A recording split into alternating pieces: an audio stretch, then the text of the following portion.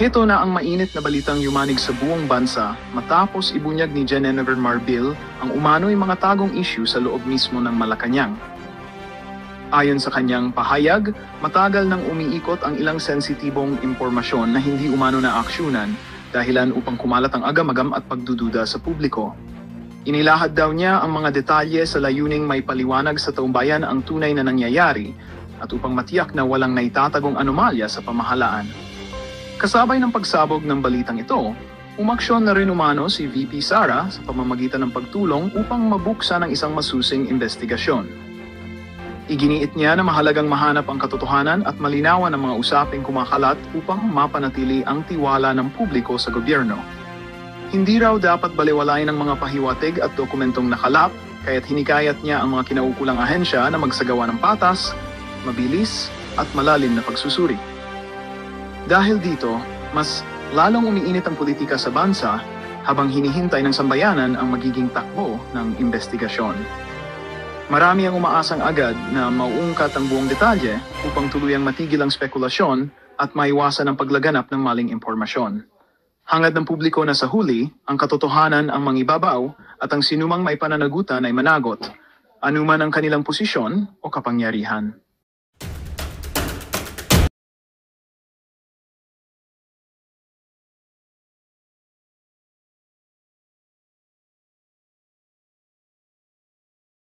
Of Legislative Liaison Government, Attorney Erwin Caliba. Morning, sir. From the Philippine National Police, we have the Chief of the Philippine National Police, Police General Romel Francisco Marbil. Morning, sir. Together with him are Police Brigadier General Nicolas Salvador, Police Brigadier General Mark Pespes from the SAF, from PRO 11, Regional Director, Police Brigadier General Nicolas Torre III, and CIDG Police Brigadier General Raul Pakaka. From the NBI, sir, we have... Good morning, guys. Senate hearing po, Kingdom. The officers na nakatalaga noon during the conduct of operation, inibitahan ba natin? Yes, sir, yes, sir. Yung mga naka-relieve? Yes, sir. Andito sila? Ay, wala, sir, wala po, sir. Wala dito? Wala, sir. Dapat sinama natin. Sige, sir. Laglagan na, mga kaibigan. Continue. From the National Bureau of Investigation, we have the Regional Director of the Southeastern Regional Office or SEMRO Region 11, Director Arcelito Albao. Morning, sir. From the Kingdom of Jesus Christ, the name above every name, we have Miss Eleanor Cardona, Miss Nelida Lisada, morning ma'am, Mr. or Sir Pastor Carlo Catiil, Brother Catiil, and we have Attorney Israelito Torion. The other members are here, sir, and holding area, sir. For the record, sir, the KOJC submitted the position papers, that's the position papers to this committee, sir, as well as the PNP, sir. They submitted a 35-second film clip, sir, to be shown later on, sir. Thank you very much, sir. That's all, sir.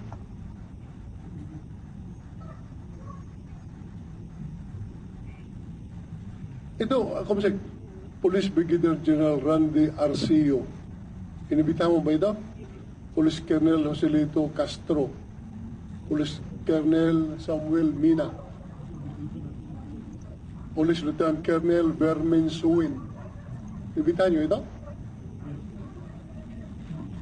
Yes, sir. It's part of the invitation of the PNP. When I invited, when I wrote the letter to the Chief PNP, sir, we indicated therein all the names of the police officers who are supposed to be invited in this hearing, sir. Police Major Iamel Oliveros, PNP Davao del Norte. Yes, sir. Yes, sir. So wala ito ngayon. We can inquire with the Philippine National Police, sir. Wala.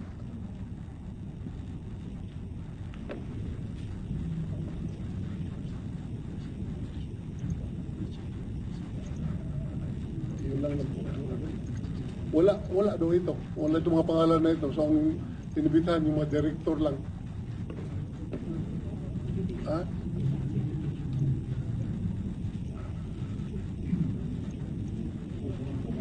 But anyway, kung hindi natin mapakinggan ngayon, next hearing. Ha? Next hearing. O, ito lang daw, ang sabi ng SAP, sa DG, PNP Region 11, and PNP Davao City. Good morning guys. Happy Monday po sa ating lahat. Senate hearing po ito mga kaibigan. PNP Davao City. Sinong Davao PNP City? versus Kingdom of Jesus Christ. Oh, upo ka. Lagay nyo ng kwan dyan. Lagay nyo ng...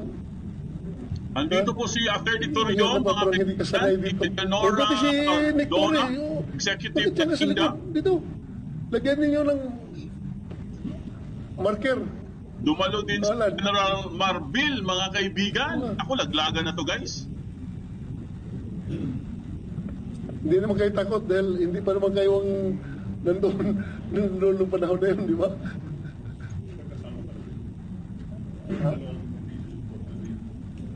Ha? For tomorrow. Okay, sige. Let me proceed with my opening statement. Magandang umaga sa lahat. Again, excessive.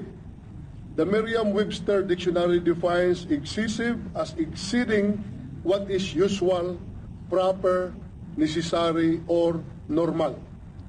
Interestingly, so much of what we shall be discussing today hinges on this very word. Sa katunayan nga, mukhang ang salitang iyan ay magiging sentro ng ating talakayan sa pagdinig na ito.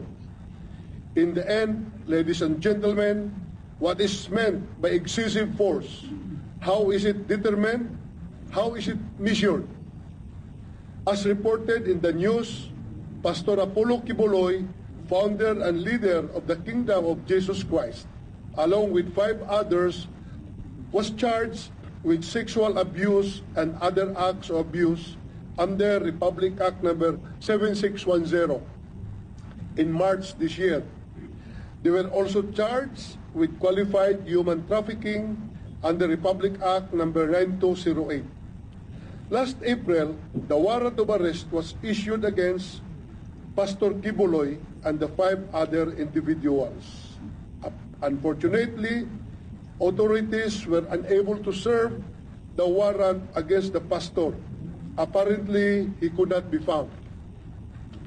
This is what now brings us to the June 10, 2024 incident. The PNP conducted an operation simultaneously in 3 locations within Davao City in order to serve the warrant against Pastor Kibuloy. Let us watch this video. Paki-play ng video.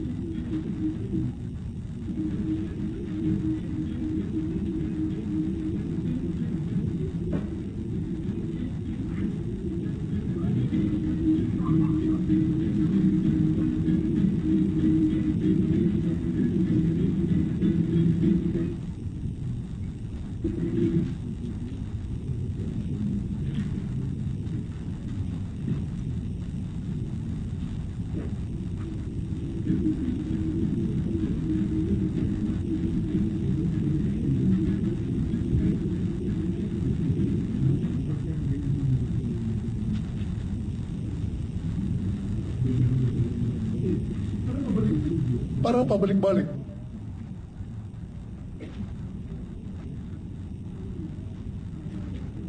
Iba na yan. Teka lang guys, inayos lang po yung audio doon sa Senate. Good morning sa ating lahat. Happy Monday po guys. Senate hearing po tayo mga kaibigan. Andito po si Marvel guys. Oo, may naghanap kay Marvel oh. Oh. Hello, Corazon Ostero, Victoria Galvez, Manuel Tumara, Florinda Yon, Tula. Elizabeth Pagsikan, Okay, thank you. Rosemary Almonte, Venus Diaz, Raquel Reyes. Ngayon, balikan natin iyong ating unang tanong. Ano nga ba ang ibig sabihin ng salitang excessive? Paano ba natin masasabi na sumubra ang PNP sa ginamit nilang puwersa? On one hand, the PNP categorically states that it was a lawful operation. According to them, it was done in proper coordination with local officials na sinunod lamang nila ang kanilang operational procedures manual. At wala silang ginawang hindi naaayon at ipinahihintulot ng batas. Ang tanging intensyon nila ay ang maisilbi ang warrant of arrest. Bilang isang dating pulis, gusto kong sabihin ko sa PNP, naiintindihan ko kayo. However, there are complaints from the members of the Kingdom of Jesus Christ that the PNP's use of force was allegedly excessive. Ang nasabing operasyon umano ay overkill. Ayon sa mga report, hindi raw bababa sa 3 miyembro ang nasaktan sa operasyon. One woman even claimed that she was kicked in the face by a military boot. As a person who has dedicated most of his life to serve and protect our citizens, I would also be appalled, shocked, even that it should reach a point where others get injured. Sasabihin ko rin sa QGC, naiintindihan ko kayo. In this hearing, I do not wish to exceed what is necessary to shed light on the truth. Hindi natin gagawin ang hindi saklaw ng ating mandato. We cannot afford to be excessive, especially not in the performance of our duties. Ang pangunahing isyu na nais natin maresolba sa pagdinig na ito ay nagkaroon nga ba ng pagmamalabis ang PNP sa pagpatupad sa inatas ng kanilang tungkulin na mag-serve ng arrest warrant ni Pastor Apollo Kibuloy. Before we begin our discussion, I would like to yield the floor to Senator Robin Padilla for his opening statement. Thank you. Maraming salamat po sa aming idolo, Senator Ronald Bato de la Rosa. A'udhu billahi minash shaitanir rajim. Bismillahirrahmanirrahim. Alhamdulillahi rabbil alamin. Bismillahi wassalatu wassalamu ala rasulillahi. Assalamualaikum warahmatullahi wabarakatuh. Pagbati po ng kapayapaan sa inyong lahat. Sa tagapangulo po ng Senate Committee on Public Order and Dangerous Drugs, Senador Ronald Bato de la Rosa, sa mga iginagalang po nating kasamahan na narito ngayon, sa mga panauhin po, magandang umaga po sa inyong lahat, lalo na po sa ating mga namumuno sa PNP, sir, at sa lahat po ng inyong mga kasama, sa lahat po ng nasa gobyerno, sa lahat po ng nasa Napolcom, sa lahat po ng nasa Kingdom. Isang magandang umaga po. Ako po ay nagpapasalamat din sa miyembro ng media. Sa lahat po nung naririto, bagamat maulan po ngayong umaga, isang mainit na pagbati po sa inyong lahat. Tayo po ay magkakapiling ngayong araw na ito sa bisa po ng Resolusyon 1051 na inihain ng inyong lingkod tungkol po sa ulat ng mga naging paglabag ng ating pong mahal na kapulisan sa operasyon na isinagawa noong ika-10 ng Hunyo sa premises po ng Kingdom of Jesus Christ sa Davao City. Ito po ay lugar ng mga taong sumasamba. Alam naman po natin na ang operasyon ay para ihatid ang warrant of arrest mula po sa Davao Regional Trial Court, Branch 12 at Pasig Regional Trial Court, Branch 159, laban po kay Pastor Apollo Kibuloy at 5 pang individual. Subalit, nais po nating bigyan linaw at sa huli mabigyan ng karampatang aksyon, Sir Human Rights, at solusyon ang mga sinasabing excessive force, allegedly, na hindi naman sana kinakailangan sa parte ng atin pong mahal na kapulisan. Nakarating po sa atin na may mga nasaktan na mga misyonaryo, mga taong Diyos po, sa nangyaring tensyon sa loob ng compound. Hindi po natin makalimutan na nasa pulisiya po ng ating mahal na PNP ang pag-comply sa international human rights standards and practices sa pagsasagawa po ng mga police operations. Sa puntong ito ay didinggin po natin ang bawat panig na kapiling natin ngayong araw na ito. Sa parte naman po ni Senador Bato, na aming pong idolo, ay sisikapin po namin ang pagsigurong paglinaw sa mayroong, alam niyo po, ang nakakalungkot. Ako din po kasi ang chairman ng komite ng mass media and public information. Sobra na po ang paglaganap ng fake news sa ating bansa. Ang nakakalungkot po, ang pinakikinggan pa ng ating mga kababayan minsan, ay yung mga vlogger na hindi po natin alam kung saan nanggaling na lupalop ng Pilipinas ang kanilang mga dunong, ang kanilang mga kagalingan, kumakabanat sa mga taong gobyerno, hindi na po natin maintindihan at gumagawa pa ng mga peke, ginagamit ang mga AI. Alam niyo po, ito pong araw na ito, gusto ko pong malinaw sa dalawang panig na hindi po kami nakaupo dito ni Senator Ronald Bato de la Rosa bilang mga kaalyado ng dating Pangulong Rodrigo Roa Duterte o kami po ay number 1 na sumusuporta kay Vice President Inday Sara Duterte. Nandito po kami bilang mga senador, independente. Pag-uusapan po natin ang mga karapatan ng ating mga kababayan na nasa konstitusyon. Kami po ay mga senador ng bayan upang siguraduhin po na ang konstitusyon ay walang pinipili. Ibig pong sabihin, ang lahat ay may boses, ang lahat kailangan naririnig natin ang dalawang panig. Dahil yan po ang esensya ng ating demokrasya. Ang lahat ay may boses. Hindi po pwede na isa lang po ang naririnig natin, lalo na sa 4 na sulok ng Senado. Ang Senado po ay boses ng bayan. Ang mga nandito po ay hinalal ng taong bayan upang magbigay ng patas na pagkilala sa bawat karapatan ng bawat tao. Ganun din po ang pagkilala natin sa serbisyo naman po ng ating kapulisan. Hindi po natin nakakalimutan na ang kanilang kabayanihan at yan po ay sinasaluduhan natin. Ngunit sa katapus-tapusan po ng usapang ito, huwag po nating kalilimutan na meron tayong saligang batas na nagbibigay proteksyon sa lahat, maging sibilyan, maging militar, maging pulis. Basta Pilipino, iyaan po tayo sa harap ng saligang batas, sa harap ng Diyos at sa harap ng batas ng tao, tayo po ay pantay-pantay. Yun lamang po, maraming salamat po ang akin pong Ginoong Pangulo. Maraming salamat. Maraming salamat, Senator Robin Hood Padilla.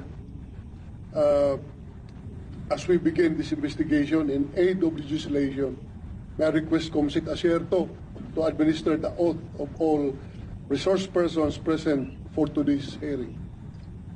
Thank you, sir. Senate hearing. May we request the guests to Kigan, please good stand up morning. and raise their right hands. Hello kay Tita Go. Do Good you day swear po, Sir to tell the Ferdinand. truth, God the bless. whole truth, and nothing but the truth in this public hearing and investigation? Benjamin Thank you very much. Please take your Garduque. seats. Thank you, Comsec. For orderly conduct of to this hearing, we shall structure the discussion as follows. Number one, presentation of the PNP. Of course, it is going to be preceded by the opening statement of the Chief of the Philippine National Police, because he asked me earlier to allow him to leave after his opening statement because of some pressing matters doon sa Region 3. Number two, presentation of the KOJC. Number three, NBI. Number four, DOJ. Number five, Commission on Human Rights. Number six, Davao City LGU. Meron bang Davao City LGU? Andito? Wala. And other resource person. So from here, I would like to give the floor to the PNP, to the Chief of the PNP for his opening statement. Our Chairman, sir, can I be allowed to read my opening statement? Yes, go ahead. You have the floor. Thank you, our Chairman, sir. Honorable Chairperson, Senator Ronaldo Bato de la Rosa, Senator Robin Hood Padilla of the Committee on Public Order and Dangerous Drugs, fellow public servants, and other guests. Magandang umaga po sa inyong lahat. I'm here today to address the concerns raised regarding the police operation conducted by the Philippine National Police within the premises of the Kingdom of Jesus Christ, or what we call KOJC, on June 10, 2024, a month after the RTC NCR Sir, can you clarify? Are we saying that the arrest warrant is not yet confirmed? And also, sir, have you heard from Senator Bato, would surrender be in the works at the moment, sir? Yeah, we have not seen nor received any copy of this ICC warrant of arrest. We are just reacting to what we heard over the weekend and what has been circulating. Oh, siyempre, yung may hawak ng DOJ, si Ombudsman Bonjing, di ba? Oh, sinabi niya, siya yung nagpauna. Siya rin yung nagsabi noon na Interpol ang kukuha kay Pangulong Duterte. O matagal niya sinasabi yun, Interpol. Nagkatotoo nga. Di ba mga kareaksyon ngayon? Si Bato, ayan o. Yan ang mangyayari. Online. As to the senators, to the good senator reaching out to us, also we have not received any. Nor I don't think he will be making such a representation considering wala pa. There's nothing to speak of. No ICC warrant. Palagay ko mga kareaksyon dito na magkakaalaman. Ako sa Pangulong Duterte, nagtimpi ang taong bayan. Nagtimpi tayo dahil ayaw nating bumagsak ang martial law. Nagtimpi ang sambayan ng Pilipino sa nangyari sa Pangulong Duterte. Dahil pinoprotektahan natin ang kapayapaan. Dahil alam naman natin ang kayang gawin ng mga Marcoses. Kaya nilang gawin lahat para hindi lang umalis sa kapangyarihan ng mga yan. Kaya po nilang gawin lahat sa mga Pilipino. Wala silang pakialam sa mga mahihirap. Wala nga silang pakialam sa Cebu ng kamatayan, libu-libu dyan mga kareaksyon. Yung mga nabaon sa lupa, malay pa natin kung ilan yung namatay dyan. Pero mga kareaksyon, itong mga Marcoses na ito, wala po silang pakialam sa mga Pilipino. Gagawin nila lahat para hindi umalis sa kapangyarihan, manatili sa kapangyarihan, at magnakaw na magnakaw. Di ba? O, tuloy po natin. Sir, Adrian Ayalin po, ABS-CBN. Sir, what's keeping the government from choosing yung surrender na option considering yun po yung ginawa last time? Bakit hindi po uulitin yung ginawa last time kay former President Duterte?